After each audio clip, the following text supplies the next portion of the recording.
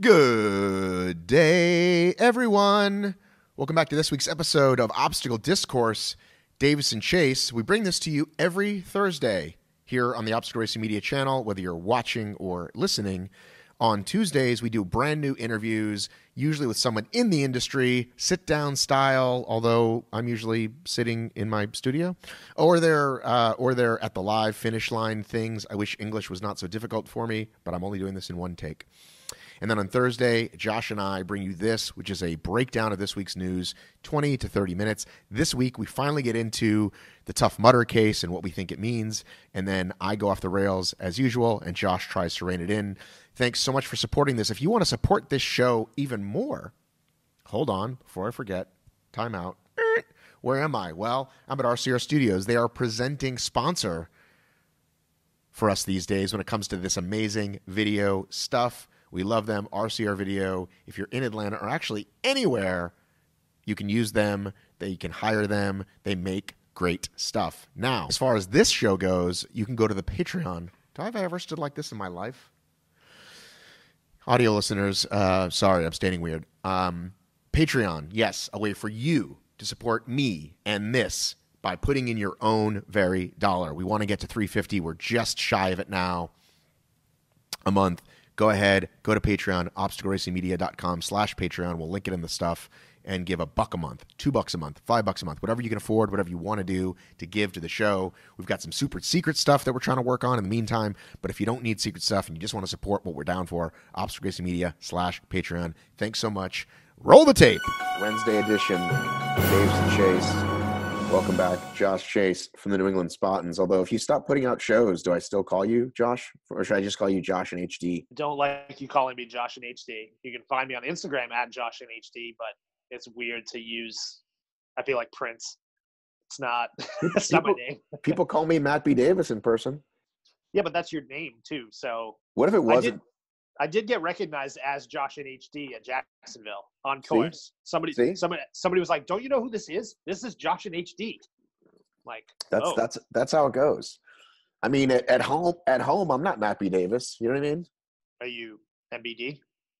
Well, it's just Daddy, right? Or Honey, or Sweetie, or whatever. Although River likes to say Matt B. Davis for whatever reason. River's very keen on saying because he thinks yeah. Today's the day we finally get to talk about Tough Mudder, right? Yes. Unless you want to hear about my current Xfinity situation. Are they fixing your problem? Not problem, but are they helping you? The short answer is yes. The long answer is the woman that I thought was going to make my day that you had somehow contacted turns out was less qualified than the woman that Stacy just got on the phone. And we can talk about that later offline. But in our house, I'm the one that makes shit happen, right? Like, hey, honey, they were going to disconnect us because we're late or whatever. And I'm like, let me handle this, right? I get the manager's manager if I have to, right? I'm that guy. So my wife was like, well, you're busy. Let me just do it. And we did not get an early termination fee, which is what the other person had told me. So one might say that you lost a little bit of your authority in the Davis household. Well, it's not about authority. I mean, I think in any relationship, right? Business, personal, it's like, what are your strengths, right? Right. So when somebody takes one of your strengths from you, how does that make you feel? She didn't take it. She assisted in that department on that day. It's good. I'm glad. I want her to be better at that, right? So you're saying she's not good enough at it yet.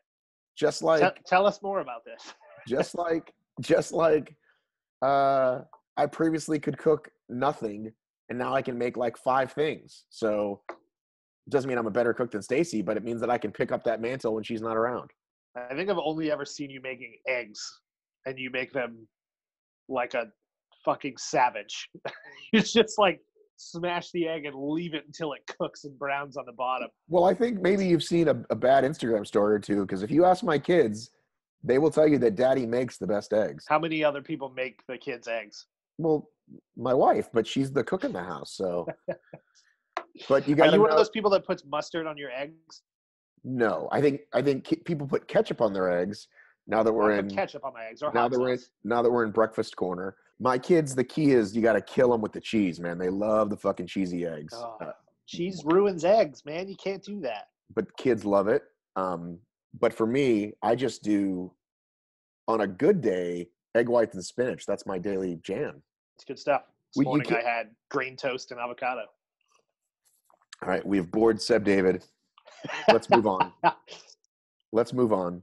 We need a little Seb David meter on the side of the video. It's just like drooping constantly the less we talk about obstacle course racing. He should feel so honored that like he's become like a mainstay. He has. All right. All right. So let's talk the orange guys. Well, before we talk the orange guys, did you listen to the episode yesterday? You don't ever want to talk about Tough Mudder, do you? No, the episode was Tough Mudder yesterday. I want to make sure you're caught up. Are you asking if I did my research for the conversation that we're about to have? Yes. Of course I did. I did it on 1.5 speed, but I did it. I know you listened to the intro because you thought it was humorous, which I appreciate. I thought the intro was great. Okay, your thoughts on the on listening to that conversation? Well, my first thought was after I listened to the whole thing and kind of took it in, it almost feels like they are turning this ship away from competitive completely. He definitely dodged a lot of the competitive and the prize money questions. I fully appreciate what they're trying to do. And I think we said this from the beginning, that they are moving back to an experience-based event with the ideals of having somebody not just show up, race, and leave. They want, and I think Tough Mudder's done this better than any other race series out there, really. They want people to show up, have that festival-style experience, and have a good time throughout the day, and then use that as a way to, continue on in their career for Tough Mudder and run more races. And I fully respect that. And we've talked about it when they made the change that they're taking a bit of it on the chin, right, and saying, okay, we've got to go back to basics. We've got to do what we did great before we overexpanded and overarched and overreached, and figure out what people like and figure out what the best revenue play is before then getting into the elite and the competitive space. Because in reality, they're right when they say the majority of the customers are not the elite competitors. Right, the majority, and this is the same for every obstacle course race out there. The majority of the audience and the bulk of the audience and the bulk of the people that bring your money in are the everyday average Joes who want to come out, have a great time, get some pictures for Instagram, throw them up on social media, and then come back next year and do it all again.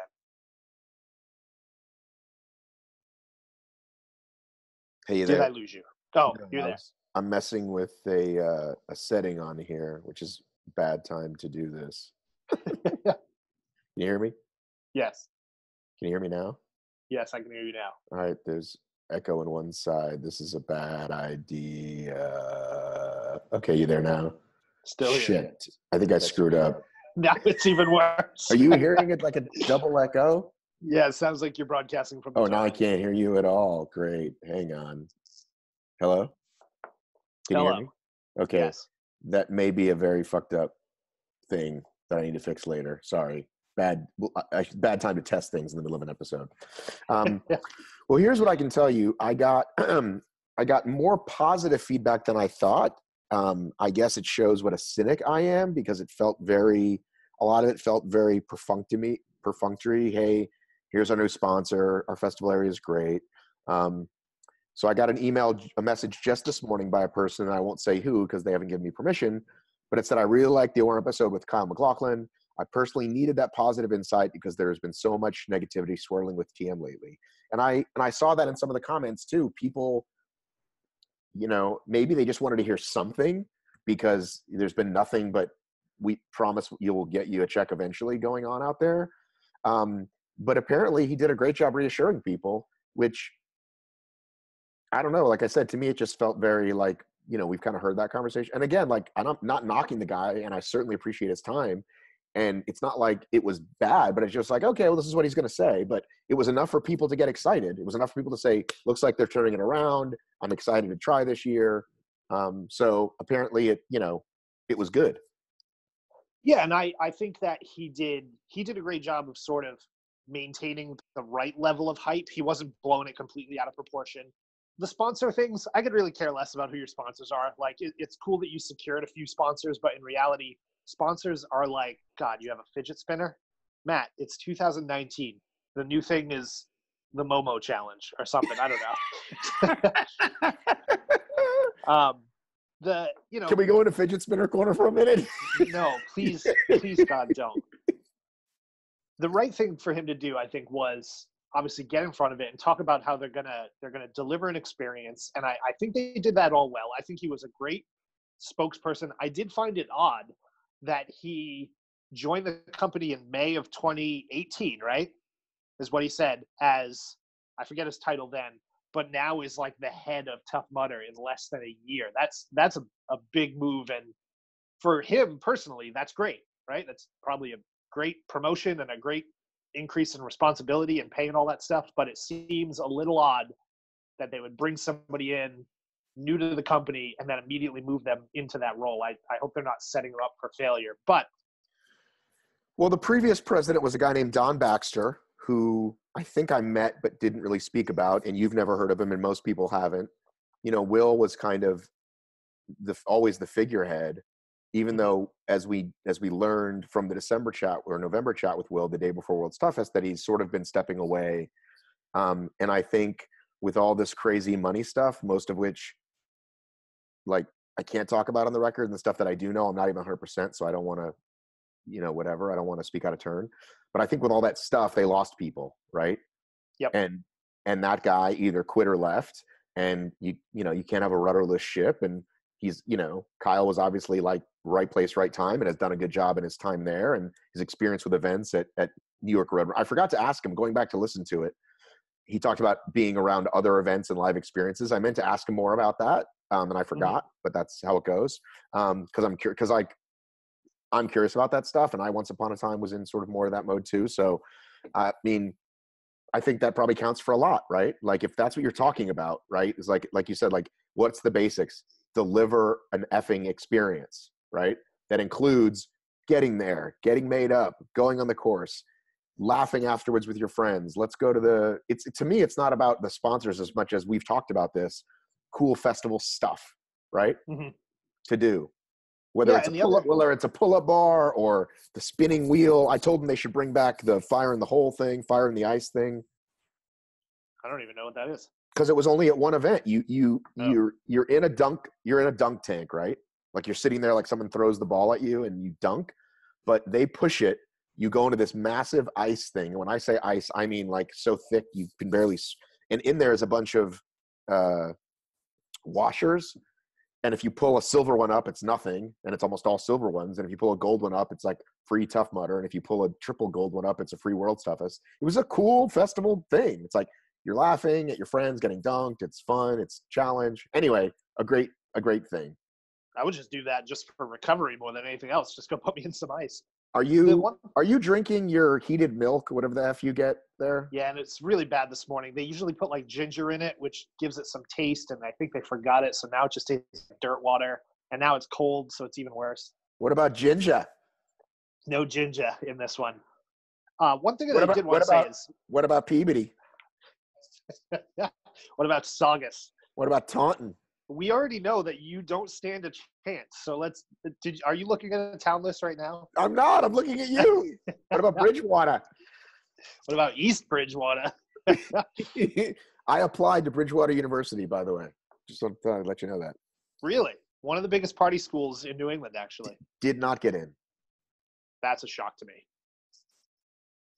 One thing I did want to say is, I think he is, so as you look at the different brands that are out there, OCR World Championships, Spartan, Savage, one common theme amongst all of them is that their head guy, right, Joe DeSena, Sam from Savage, Adrian from OCRWC, they are not just men behind the curtains, right, running a race. They are the face of their race for better or for worse, and they have to be the right person to talk about their industry and to talk about their race with some level of passion and some level of authenticity that people will buy into. Because when Adrian gets on a podcast and talks about his events, he's bought into it, and he believes everything he talks about. And when Joe DeSena goes a little off kilter sometimes, but when he gets up and talks about some of the crazy challenges he wants to do, people follow him in droves. So I think Tough Mudder has sort of lacked that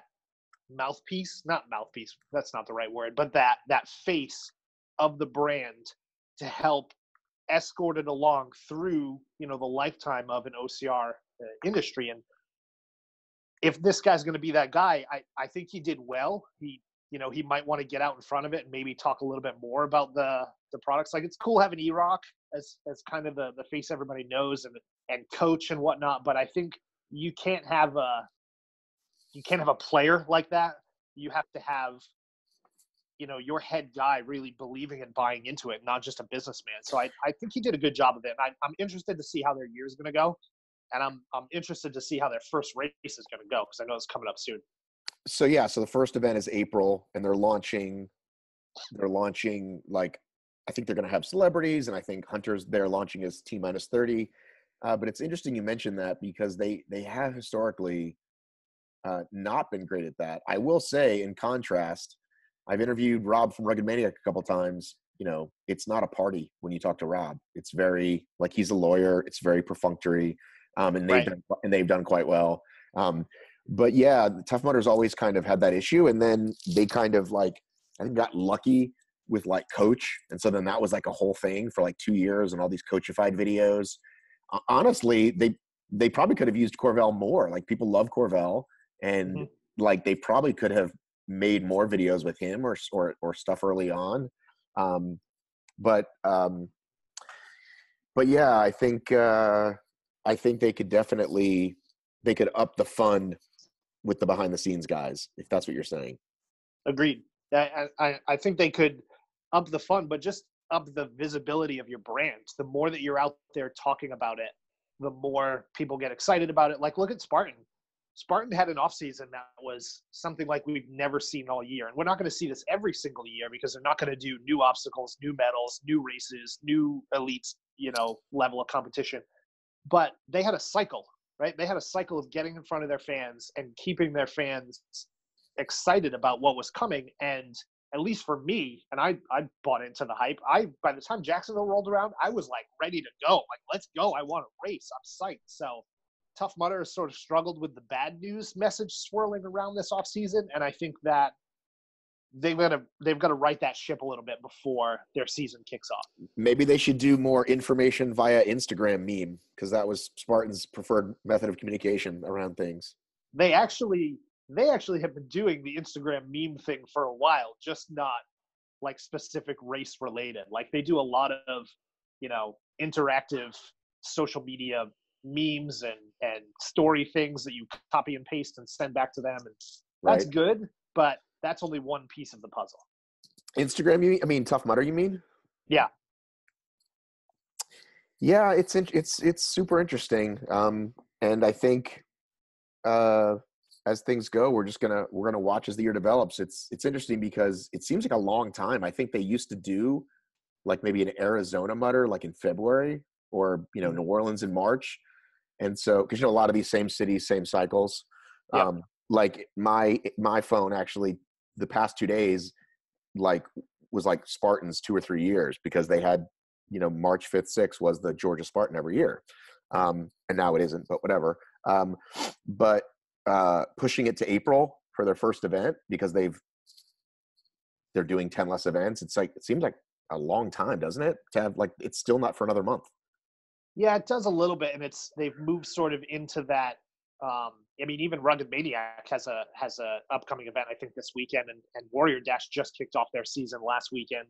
So they've moved into that shorter season cycle, and assuming this year goes fine and goes well for them, I fully expect them to get a little broader with that. So, I'm assuming they're taking that time to sort of make effective their efficiencies and get better at the business style of it, and roll out some new trainings and things like that for all the employees. So, well, and that just before it was about like a land grab, let's have a race every week. And now it's like, okay, if the numbers aren't coming in, why don't we not do that? Why don't we put on events March to October? And that's when people come out. And, it's interesting, because like, I'm down here in the South, and yes, it's like 30 today, but it's been in the 60s plenty of days. But people that have been in like the snow are like, man, can't wait to get out there and run. And it's like, well, I've been running, my winter's only 3 weeks long. So what's it like up there? Well, we just got hit with another 7 or 8 inches of snow. I was out running Saturday, Sunday, one of the 2 days this weekend. Actually, running on snow is great, assuming it's like soft, fresh snow. When it's icy and disgusting after it's been there for a few days, it kind of sucks. But I haven't done as much running this winter as I wanted to, or as much as I did last year. But at the same time, I'm hoping that does not lead to another ridiculous ankle injury mid-season. So Was it a nor'easter? we haven't had a nor'easter yet. I think we had one in like November, but we haven't had an official like all points bulletin everywhere you see it #nor'easter. All right. Do we actually cover in less than 30 minutes this week? I mean, are we not going to talk about the $1 Million Mile? Oh, gee, that's why I have you. You're good. Let's talk about the $1 Million Mile. I'm hyped up for this one. Is it 8 of the 10 or 10 of the 12? How many is it? I think it was 8 of the 10. 8 of the 10 well-known OCI athletes. It appears they simply plucked the pro team. I also later talked to Atkins, who was invited, but it was around the time of WTM, which is why Killian, for example, wasn't at WTM. Trying to think who else on that list would have even gone, but Hunter. Maybe. I don't think he's done WTM in a while. Yeah. Does Isaiah do WTM? Not he since hasn't in a while. Not in years. But anyhow, so yeah, interesting casting process there. We, like I said, we usually see some friendly faces, but they pretty much just like fell swoop. Yeah. It's all of friendly faces except for Max Fennell, who was the first professional African American triathlete? Something like that. I'm getting that right. Right. And then Eric, and I'm gonna butcher this last name, Makamachin. I don't know. The Beast from the East sounds like he's a parkour free running guy. But everybody else is straight out of obstacle course world. Orla the Vermaniac, not the Vermonster, the Vermaniac. Now I'm gonna look this up, okay? Because the Vermonster is a flavor by Ben and Jerry's. However, the way we're in legal corner here a little bit. As far as I know, the way IP law works is you can't have another ice cream called the Vermonster. Like that's usually how it works. Like the name is around this kind of product. Around, you know what I'm saying? Like right. I should be able to launch a jacket called the Vermonster. So there's also a second Vermonster trademark out there, and it's for a beer. So you could technically. So I guess when you trademark something, you can't have something that infringes on the same industry. Right. So you couldn't have another beer or another brewery or another grain company called. Right. So I'm sure they probably just don't want to get into the weeds of it because the last thing they would want to do is, have to deal with stupid trademark stuff on a show that hasn't even started. So they probably just said, hey, we're going to change this. Or they probably didn't even tell her. So right, exactly. Like that. Apparently that happened at the Spartan Team Challenge where they raced as a certain team and then the show came out and they were called something else. That's happened. But yes, exactly. Remember, it is reality. So there's always a little bit of, whatever. But yeah, I guess LeBron and Maverick Carter didn't want to deal with the lawsuit of Ben and Jerry's. Are you familiar with LeBron and Maverick Carter? I'm obviously familiar with LeBron. I don't know if I know who Maverick Carter is. So Maverick Carter. Did his parents not like him? To name a Maverick? You didn't get that joke, did you? No. It's a line from Top Gun. Maverick, Tom Cruise goes to sit down with Charlie, and she says, he's like, I'm Maverick. She goes, Maverick? Does your mother not like you or something? No, it's my call sign. That's that's wow. I was inverted. I know that one, right? Bullshit. No, it was great. I was inverted. I have a great Polaroid. I'll show you sometime. I was working on foreign relations. The bird. Yes, Goose. I know, the bird. Spoiler alert, Goose dies. Okay, moving on. Dude, I can talk Top Gun all day. I could quote probably that entire movie. Okay. I always forget, how old you are or whatever, but I saw that shit in the theater, twice. I'm pretty sure, what was it, 85. Don't look. It's 85. I'm looking. It's not 85. You're wrong. What is it? 86. I was too young to see that in the theater. I think people are really going to hate this show now if they already don't. I think the reason I saw it twice was the first time I was like first time I went to a movie and like made out with a chick the whole time. So I needed to go see it again. But I was so excited because I did not get a lot of dates at 14. So I was like super excited to make out with a chick during Top Gun. Did Mom and Dad Davis bring you to the theater and drop you?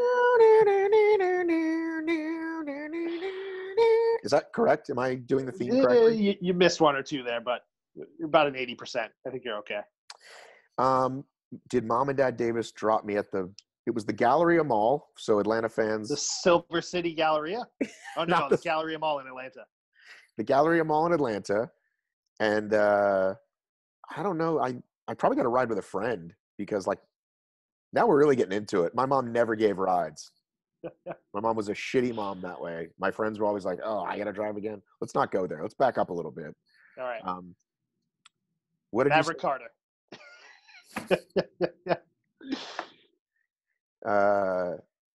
That's his business partner. They do all this stuff together. So, for example, the new HBO show starring LeBron, it says like from LeBron and Maverick Carter, the barbershop. Where is this the guy who like he brought up from the hood with him? It's been his best friend forever. Yes. Okay. Anyway, back to I keep wanting to call this show The Defenders, but it's not The Defenders. That's a Marvel comic series. What about The Defenders? The Defenders. What about the Human Torch? Torch. What about Superman? Ladies call me Torch. Where was I going with this?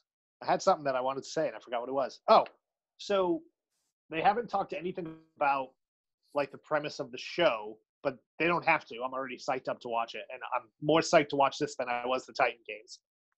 But I did find it a little funny how, like at the Spartan Pro Team day that they had Friday before Jacksonville, where everybody was taking their angry photos with their angry business face and whatnot.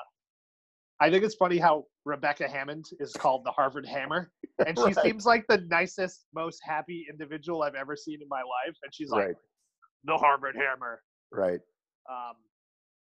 But yeah, I'm pretty psyched to see this. So it looks like you run a mile, but that mile consists of obstacles, climbing, rappelling. You saw Robert Killian coming down a zip line. I don't know. Is that part of the mile? I don't know. Is that just his entrance? Like all these shows, it looks a little Gladiators, right? And basically our OCR buddies are the Gladiators.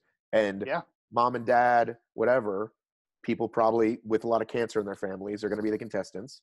And they're going to try to get past the Gladiators or the Defenders.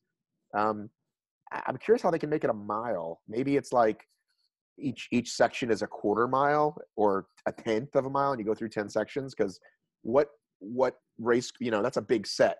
You know what I'm saying? You understand production. Yeah, and it was the way they propose is that they're filming somewhere in Los Angeles, and it looked like it was partially outdoors, but probably out in fucking Bakersfield. But that doesn't work at all, by the way, for California. It's like, what about Hollywood? Well, it kind of does. No. What about Santa Monica? What about Venice? Carlsbad? What about Oakland?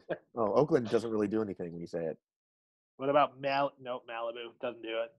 San Diego, a whale's vagina. None of that. The one guy on this show that I keep trying to reel this back in, by the way, and you're like a fucking basket of kittens, and it's like, I'm going to just take this and put you back in. Nope. All right. Just come back in. Let me get back to the goddamn show.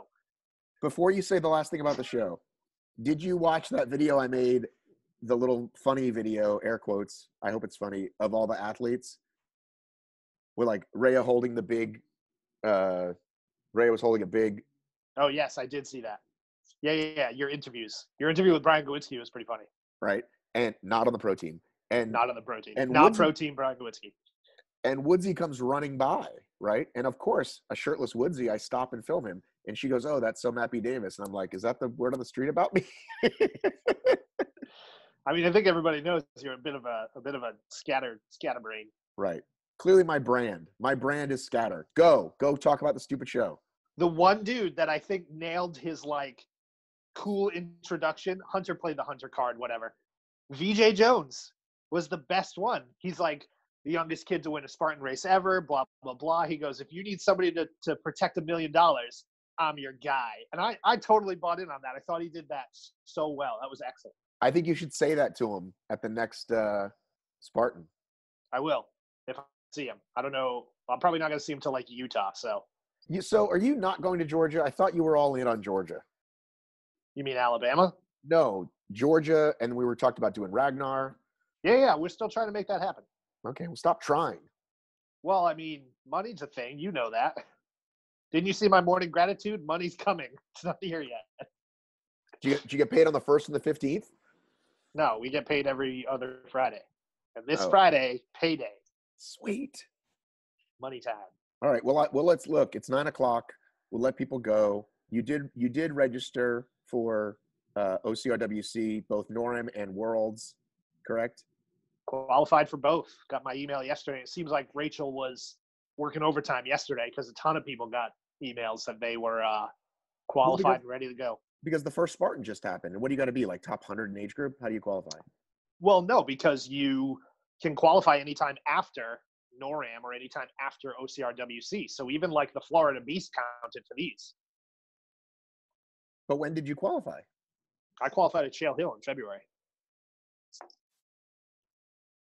With what? 6 laps? What'd you have to do? No, actually, I only did 2 laps, but I was 8th or 9th place because it was negative 15 degrees and it sucked. R.I.P. Shale Hill. R.I.P. Shale Hill. And I want to go ahead and bring this to a close by saying, because this was in the Discord, which, by the way, if you're not in the Discord, Josh, what are they missing? The Discord is blowing up. There are so many top-notch OCR personalities in the Discord. And I'm going to drop some names, like our friend Seb David is there. Jason Dupree from OCR Talk is always there. I don't know what that guy does on a daily basis. We have a feed of all the podcasts, and I probably have to add a couple more to that. We got the guys from Terrain Race showed up. The PR guy Caleb Bacon and the CEO. The head cheese of Terrain Race is in there taking people's feedback on Terrain Race. We've got podcasters like Will Hicks and Heather. There are massive numbers of amazing people in there. Josh, somehow you've done what like nobody's ever done. Well, I don't want to take credit for it yet. When it becomes a bigger thing, then maybe. I still have grandiose plans and ideas for it. Adam Quitco's there. Adam Quitco. But yeah, if you're not in the OCR Discord yet, get in here. And after we said this last episode, there was a flood of new people, like 15 new people joined because of it. And not one of them has proved to be a dickwad yet. So continue that trend. And if you're going to join, the website is bit.ly/OCR Discord, or download the Discord app on your mobile device. I'm getting really good at this pitch, by the way. But I'll see you in there when this goes live. Will we NBC you in there? Gross, Matt. Jesus Christ. It's 9 a.m. It's too early for dad jokes. You've got an NBC logo on your jacket. Stop calling attention to the branding that should not be on this. I'm going to just slink down and talk from here. Do you want me to edit that out? No, you don't have to edit that out. Okay, I will also update. I'm bad at editing. Yeah, I just account for no editing whatsoever. I also will update all of the OCR discounts. There's a whole page that lists all the discounts of the different race brands, and I'm way behind on that, so I'm going to do that today. But get your ass in here. Here's what I've noticed, and I told you this before. I will say something in that group and like kind of wait for an answer, and then nothing happens. And then I go away, and I come back 6 hours later, and like there was a whole like 65 comment thread about something else that has nothing to do with me. Last time it was you guys went really off the fucking rails on something. I forget what it was, but I don't know. It seems like it's very busy at certain times. So like during the day at work when everybody's supposed to be working and we're clearly not working, people are on Discord chatting and shooting the shit. And then there's a gap between like 3 p.m. and 7 p.m., at least Eastern time. And then it gets busy at night. So how are you going to know if like somebody's boss or something like as a mole like gets in there? Because it's just like, you get these funky names and it's like, welcome H4N Spoozy Chew. You just broke the Verminiplex, like whatever joke it makes when people get added. Yeah. I mean, I don't think we're to the point where anybody's boss needs to come. If somebody's boss is jumping on this, there's a whole world of other problems happening. All right. I've got terrain this weekend, by the way, this Saturday. I'm excited to hear the outcome of this interview with Bill Spada. Mr. Spada. Bill will answer all the tough questions like, how long do you plan on giving away $15 insurance free races? As long as they can. All right, dude. Have a great day. All right, man. I'll talk to you later. See you. Bye. Peace.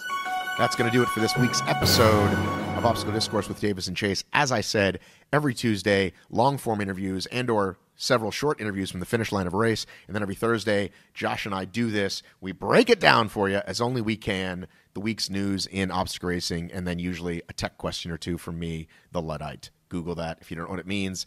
Thanks for listening. Support us on the Patreon. Support us on the Patreon. Love you, miss you, mean it. I have got to run.